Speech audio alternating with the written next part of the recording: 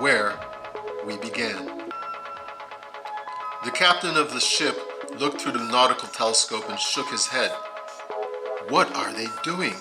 he asked. He handed the scope to Mr. Killar. "I don't know, but can't we communicate with them?" asked Mr. Killar.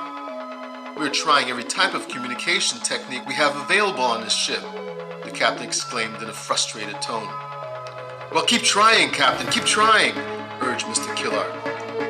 15 decimals and accelerating, 17, 18, 19, Phasar continued. Just as Troy had predicted, spinning in a huge circle caused the Aqua Phi to create a giant water tornado. The speed and strength of the water tornado was such that when the ship approached, it began to rise slowly. This caused everyone on board to lose their balance and go tumbling about. 31, 32, 33, 34, 35 decimals. "We are at our fastest speed, sir." Phasar struggled to get those words out. At that velocity, even speaking was difficult. Fighting against the force created by the circular motion, Faltor struggled to lift his head up and look straight ahead. All he saw was a giant spinning wall of water. "Up!" he yelled. Troy somehow managed to maneuver the Aqua Phi in an upward motion. It shot straight up along the walls of the water tornado. It burst up out of the sea, beyond the clouds, and into the sky. The massive spinning water tornado followed closely behind it. Those on board the captain's ship closely followed this phenomenon in amazement. Never had human eyes beheld such a remarkable sight.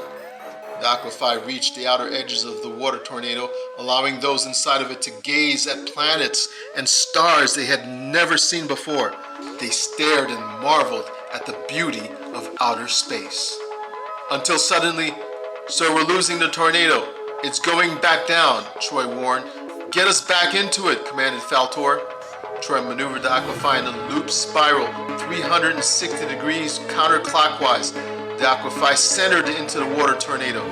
It then descended through the water tornado, dragging it into the sea. As the water tornado made its way to the sea, water fizzled from it and fell along the outer sphere of the earth. That day, the entire earth felt rainfall at the same time.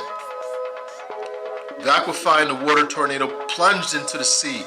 The plunge caused the front of the captain's cruiser to straighten back to its normal position, and once again the men on board of the ship went rolling about. The ship's captain grabbed hold of the telescope and looked through it. He saw the Aqua Phi heading straight for the land formation. Mr. Killar lifted himself from the ship's floor. He brushed the captain aside and looked into the scope. After looking through the lens, he stared coldly, yet puzzled, at the captain. "Nuclear missiles ready," commanded the captain. "Ready, sir," was the reply. "Aim," commanded the captain. "Fire," was his last forceful word. 2 nuclear missiles flashed out of the ship. The crew members of the Aqua Phi suddenly turned around to look back at what caused Sonny to unleash a shrill cry. With glassy stares, they watched from the rear screens as 2 nuclear missiles entered the water tornado and headed directly for them. They remained frozen for a few seconds as the missiles flew by them, missing them by a fraction of an inch, but shot into the land formation directly ahead of them. A loud explosion followed the missile's entry into the land formation. The Aqua Phi's crew could only protect their faces from imminent doom. Large pieces of stone hurled towards the Aqua Phi only to bounce off of the protective shields. The Aqua Phi shot through the flames of the explosion and then through the hole made by the missiles before them. Suddenly appeared the vortex, opening and closing, opening and closing. Mr. Killar peered through the telescope and saw nothing. His knees weakened beneath him. He sat on the ship's floor. The captain followed Mr. Killar's lead and sat beside him. They both just sat there with nothing to say. The Aqua Phi sped through the vortex, making it to the other side. The huge tornado followed behind it and shattered against the vortex, causing both to disappear. Moments later, Phasar lowered the Aqua Phi's speed until it slowed down completely. The crew members looked at the front screens, then the rear screens, until smiles appeared on their faces.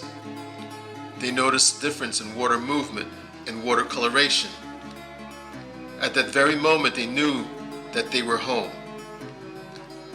Sunny turned on the communication system and joyfully exclaimed, "Welcome home, everyone!" At first there was quiet. Then there were cheers, followed by a frenzy of laughter and embraces. Hysteria nearly broke out in the systems room after such a surge of emotions. Some in the crew fell down in their seats exhausted. All the trials they had been through seemed a distant dream now that they were home.